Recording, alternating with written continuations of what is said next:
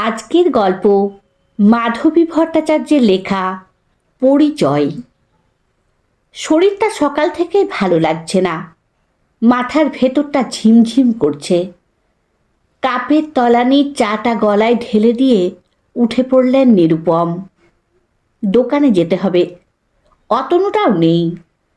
তিনি না গেলে দোকানের ঝাঁপ খুলবে না, বিক্রিবাট্টাও হবে না। দোকানের আয়েই পুরো সংসারটা চলছে। শরীর নিয়ে বিলাসিতা করার মতো সময় তার নেই। দু পা হাঁটতেই কিন্তু মাথাটা টলে উঠল। টাল সামলাতে চেয়ারটা আঁকড়ে ধরলেন। কনক লক্ষ্য করেছিলেন, ছুটে এসে জাপটে ধরলেন স্বামীকে। কি হলো? চোখে অন্ধকার দেখছিলেন নিরুপম। কোনো মতে বললেন, মাথাটা কেমন ঘুরে গেল গো। নিশ্চয়ই প্রেশার লো হয়েছে, আর দোকানে গিয়ে কাজ নেই। চলো, শুয়ে থাকবে। স্বামীকে যত্ন করে বিছানায় শুইয়ে দিলেন কনক। দু চোখে গভীর উদ্বেগ নিয়ে ঝুঁকে পড়লেন স্বামীর মুখের দিকে। কি গো, এখন কেমন লাগছে? চোখ বন্ধ করে শুয়েছিলেন নিরুপম। ক্ষীণ গলায় বললেন, এখন ঠিকই লাগছে। দোকানে যাই তাহলে? খবরদার না, তুমি চুপ করে শুয়ে থাকো। কনক মৃদু ধমক দিলেন স্বামীকে। কিন্তু দোকানে না গেলে তো চলবে না, নিরুপম ক্ষীণ কণ্ঠে বলার চেষ্টা করলেন। দাঁড়াও, ব্যবস্থা করছি। কনক গলা তুলে ছোট ছেলেকে ডাকলেন। নয়ন, একটিবার শুনে যা তো। বিরক্ত মুখে 18-19-এর অসম্ভব সুদর্শন একটি ছেলে কাছে এসে দাঁড়ালো। কেন ডাকছো? তাড়াতাড়ি বলো, আমার পড়া আছে। এই বেলাটা একটু দোকানে বসবি বাবা? তোর বাবার শরীরটা ভালো নয়।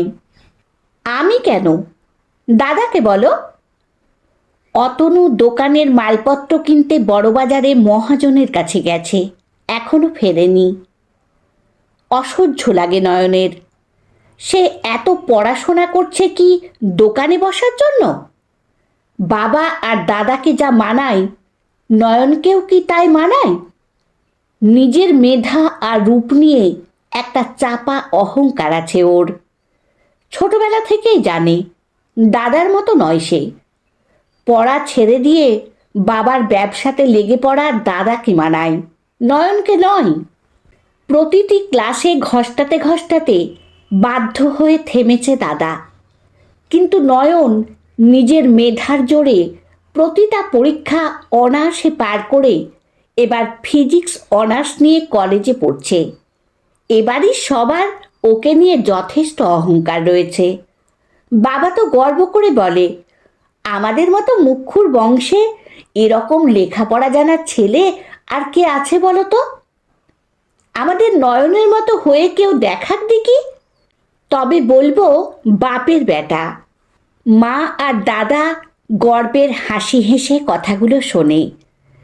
নিজের সম্পর্কে এই কথাগুলো শুনতে শুনতে নয়নের ধারণা হয়েছে সে সবার চেয়ে আলাদা, আর সেই শ্রেষ্ঠ। বাবা দাদার মতো দোকানদারি করা ওকে মোটেই মানায় না। নয়ন চুপ করে আছে দেখে কনক কাতর গলায় বললেন, লক্ষ্মী বাবা আমার, একটু সময় দোকানে গিয়ে বস। বই নিয়েই যা, ওখানে বসেই পড়বি। তুই না গেলে এই অবস্থায় তোর বাবা ছুটবে দোকানে। বাবাকে একটু বিশ্রাম নিতে দে। মায়ের কাতর মুখের দিকে তাকিয়ে আর কিছু বলতে পারল না নয়ন। এ বাড়িতে মায়ের জন্যই ওর দুর্বলতা সবচেয়ে বেশি। নরম গলায় বলল, আচ্ছা মা, যাচ্ছি। নিরুপম সঙ্গে সঙ্গে ব্যস্ত হয়ে বললেন, আহা, ওকে পড়তে দাও, কাল পরীক্ষা আছে। আমি চলে যাচ্ছি, কিচ্ছু হবে না। কনক ধমকে উঠলেন, কিছু হবে না মানে? তুমি সব জানো। যতক্ষণ অতনু না ফিরছে ও বসুক দোকানে। মায়ের কথা ফেলতে না পারলেও মনে মনে বিরক্ত হয়ে রইল নয়ন। দোকানে গিয়ে বসল গোমরা মুখে। মাঝে মাঝেই ওর মনে হয় এই পরিবারের জন্মেই মস্ত ভুল করে ফেলেছে। ওকে এখানে মানায় না, একেবারেই মানায় না। পড়াশোনা শেষ করে মনের মতো কাজ খুঁজে নিয়ে এই বাড়ি ছেড়ে বেরিয়ে যাবে। মা যদি যেতে চায় মাকেও সঙ্গে নেবে। অনেক বড় পৃথিবী অপেক্ষা করে আছে ওর জন্য। একটু পরে দাদা এসেছে দোকানে, মুখে একটা অপ্রতিভ হাসি। লেখাপড়ার ক্ষতি হয়ে গেল রে ভাই তোর। যা যা, আমি এসে গেছি, তোকে আর বসতে হবে না। বিরক্ত মুখে দাদার দিকে একবার তাকিয়ে বাড়ির দিকে চলল নয়ন। লক্ষ্যও করল না দাদার ঘামে ভেজা ক্লান্ত মুখখানা। বড়বাজার থেকে ফিরেই অতনু দৌড়ে দৌড়ে এখানে চলে এসেছে, যাতে ভাইয়ের পড়াশোনার ক্ষতি না হয়। কলেজে একটু দেরি হয়ে গেল পৌঁছতে। তাড়াহুড়ো করে ক্লাসে ঢুকতেই নিহারিকা ফিসফিস করে বলল, এত দেরি করে এলি? একটু হলেই তো এসএম স্যারের লেকচারটা মিস করতিস। নয়ন তাকালো একবার, জবাব দিল না। নিহারিকা ওকে পছন্দ করে, খুবই পছন্দ করে। ষষ্ঠ ইন্দ্রিয়ের অনুভূতিতে বুঝেছে, তবুও ওর সঙ্গে দূরত্ব বজায় রাখে। নিহারিকার বাবা ডাক্তার, নামকরা চাইল্ড স্পেশালিস্ট। লেকটাউনে বিশাল ফ্ল্যাট ওদের।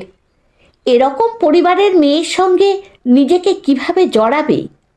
মনে মনে স্বপ্ন দেখে যেদিন নিহারিকার যোগ্য হতে পারবে, ভালোবাসার ডালি নিয়ে দাঁড়াবে ওর সামনেই। ভালোবাসার প্রকাশ এখনই সে করতে চায় না।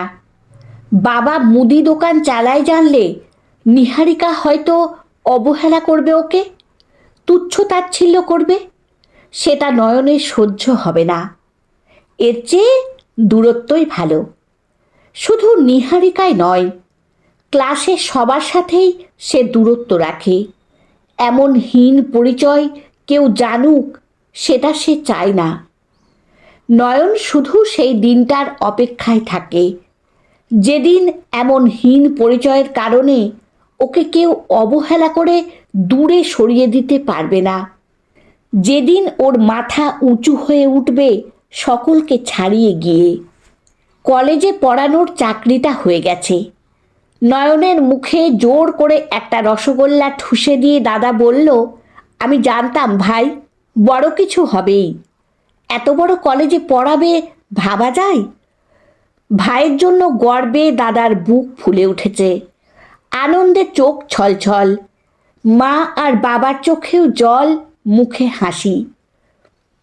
ফিজিক্সে মাস্টার্স করার পর পিএইচডি করেছে নয়ন, তারপর নেটে বসেছে।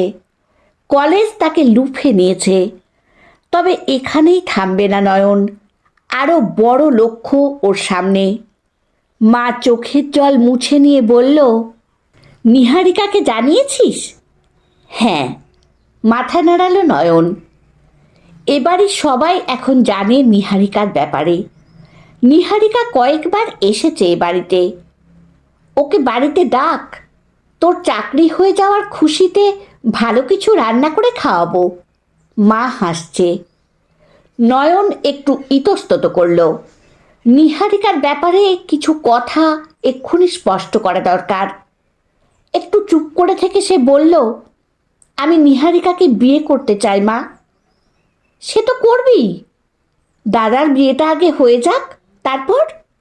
কনক হাসলেন। না, ওদের তাড়া আছে। বলল এক্ষুনি বিয়েটা সেরে ফেলতে চাই।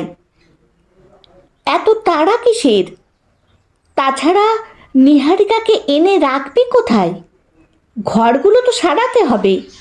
কনক অবাক হয়েছেন। নয়ন জানে নিহারিকা কিছুতেই এ বাড়িতে আসবে না, আগেই জানিয়ে দিয়েছে সেটা। বলেছে এ বাড়িতে এসে মানিয়ে নিতে পারবে না কিছুতেই। ভুল কিছু তো বলেনি। নিহারিকা যে পরিবেশে বড় হয়েছে সেখান থেকে এসে এমন পরিবেশে মানিয়ে নিতে পারবেই বা কী করে? কিন্তু এ কথা বাড়িতে বলবে কি করে? আমতা আমতা করে বলল, বিয়ের পর নিহারিকা এখানে আসবে না মা। আমি একটা ফ্ল্যাট বুক করেছি, বিয়ের পর আমরা ওখানেই থাকব। সে কি কথা? কনক অবাক হতেও ভুলে যান। নিরুপম বুঝতে পারেন না এই ছেলেকে নিয়ে গর্বিত হবেন নাকি লজ্জিত হবেন। অতনু হাঁ হাঁ করে তাকিয়ে আছে। ভাইয়ের মনে এত কিছু লুকোনো ছিল, জানতে পারেনি তো। সকলের মুখের দিকে একবার চোখ বুলিয়ে নিয়ে মায়ের দিকে তাকালো নয়ন। এই বাড়িতে, এই পরিবেশে ও কি করে থাকবে মা? বোঝো একটু, ও কত বড় ঘরের মেয়ে। তুমিও যে আমাদেরই একজন, তুমিও যে এই পরিবারেরই সদস্য, এবং এই বাড়িতেই, এই পরিবেশেই তুমি বড় হয়ে উঠেছ। এসব জেনেই মেয়েটা তোমাকে পছন্দ করেছে তো? নাকি সে তোমাকে এই বাড়ির কেউ বলে মনেই করে না? অতনুর গলায় তাচ্ছিল্য। নিহারিকাকে নিয়ে তুই কোনো কথা না বললেই ভালো দাদা। তুই বুঝবি না, নিহারিকা যে ফ্যামিলিতে বড় হয়ে উঠেছে তাতে এখানে ও কখনোই মানিয়ে নিতে পারবে না। অবশ্য তোর মাথায় এগুলো ঢুকবে না। দোকানদারি করে করে শুধু হিসেবই শিখেছিস, লোকের সেন্টিমেন্ট কি করে বুঝবি? তেলে বেগুনে জ্বলে উঠল নয়ন। আমার কারো সেন্টিমেন্ট বোঝার দরকার নেই। তোর বউকে বলিস আমাদেরও একটা সেন্টিমেন্ট আছে। বিয়ের পর ওকে এখানেই উঠতে হবে, পরে অন্য কোথাও যেতে চাইলে যাক। আর আমি দোকানদারি করেছি বলেই নিজে গায়ে হাওয়া লাগিয়ে উড়ে বেড়াতে পেরেছিস, নইলে লেখাপড়া করা বেরিয়ে যেত। নয়নের রাগ আরও বেড়ে গেল। চেঁচিয়ে উগড়ে দিল এতদিনের ক্ষোভ। নিহারিকা কখনো এখানে আসবে না। কি দারুণ আমাদের ফ্যামিলি। বাবা মুদি দোকান চালায়, দাদাও তাই। অশিক্ষিতের দল সব। পারলে কবেই এই ফ্যামিলি ছেড়ে বেরিয়ে যেতাম। প্রচণ্ড আঘাতে অতনুর মুখ নীল, কনকের মুখ বিবর্ণ। নিরুপম হতবাক। এত বিষ পুষে রেখেছিল নয়ন নিজের মধ্যে। আমরা অশিক্ষিত? এত ঘেন্না তোর? আমাদের এত ভালোবাসার কোনো দাম নেই তোর কাছে? চাপা কান্নায় বিকৃত শোনালো অতনুর গলা। নয়ন নরম হবে না আজ। সে চেঁচিয়ে উঠল, না, কোনো দাম নেই। তোমাদের জন্য আমাকে সব সময় মুখ লুকিয়ে থাকতে হয়েছে, পাছে কেউ আমাকে নিয়ে হাসে। এটা কোনো জীবন হলো? আমি এখানে থাকবই না। মাকেও নিয়ে যাব এই নরক থেকে। কনক স্তম্ভিত হয়েছিলেন, এগিয়ে এলেন এবার। রাগের তারসে দু চোখ জ্বলছে ধক ধক। আমাকে তোর সম্পত্তি পেয়েছিস? কি ভাবিস নিজেকে? কে তুই? কোথায় থাকতিস আজ যদি আমরা তোকে রাস্তা থেকে তুলে না আনতাম? উত্তেজনায় হাঁপাচ্ছেন কনক, চোখ দিয়ে জল গড়াচ্ছে। অতনুর চোখ বিস্ফারিত। নয়নের মনে হলো ও ভুল শুনেছে। এটা সত্যি নয়, কিছুতেই নয়। নিরুপম আকুল হয়ে বললেন, এটা কি করলে তুমি? বেশ করেছি। এই অকৃতজ্ঞ অমানুষটাকেই এত ভালোবাসা দিয়ে বড় করেছিলাম। কেঁদে ফেলেছেন কনক। মা, কি বললে এসব? অতনু এখনো হতভম্ব হয়ে আছে। জেনে বুঝেই বলেছি। তুই তখন একেবারে ছোট্ট ছিলি, তাই তোর মনে নেই। নয়নের মনে হলো ওর চারপাশ ফাঁকা হয়ে গেছে হঠাৎ করে। পায়ের নিচে থেকে মাটি সরে যাচ্ছে সরসর করে। অতল এক কৃষ্ণ গহ্বরের আগ্রাসী কালো শূন্যতা ওকে গিলতে আসছে। প্রবল আতঙ্কে পিছিয়ে গেছে ও। কি পরিচয় ওর? কোনো অভিজাত পরিবারের অবাঞ্ছিত সন্তান, যাকে জন্মের পরেই ত্যাগ করা হয়েছিল। আজ কোথায় গিয়ে দাঁড়াবে নয়ন? দুহাতে মুখ ঢেকে ফুঁপিয়ে কেঁদে উঠল সে। একদিন যে পরিবারের সঙ্গে নিজের পরিচয় জড়াতে লজ্জা পেত, আজ তাদেরকেই আঁকড়ে ধরতে চাইছে মন। ভেসে যেতে যেতে প্রাণপণে তাদের হাতটাই ধরে থাকতে ইচ্ছে করছে। অন্ধের মতো ছুটে গিয়ে মাকে আঁকড়ে ধরল সে। সব মিথ্যে, সব। আমি তোমাদেরই ছেলে। ও মা, বলো সব মিথ্যে। কনক পাথরের মতো শক্ত হয়ে আছেন। নয়ন সর্বহারার মতো কেঁদে চলেছে। আজ ওর সব হারিয়ে গেছে। কোন মুখে গিয়ে নিহারিকার সামনে দাঁড়াবে?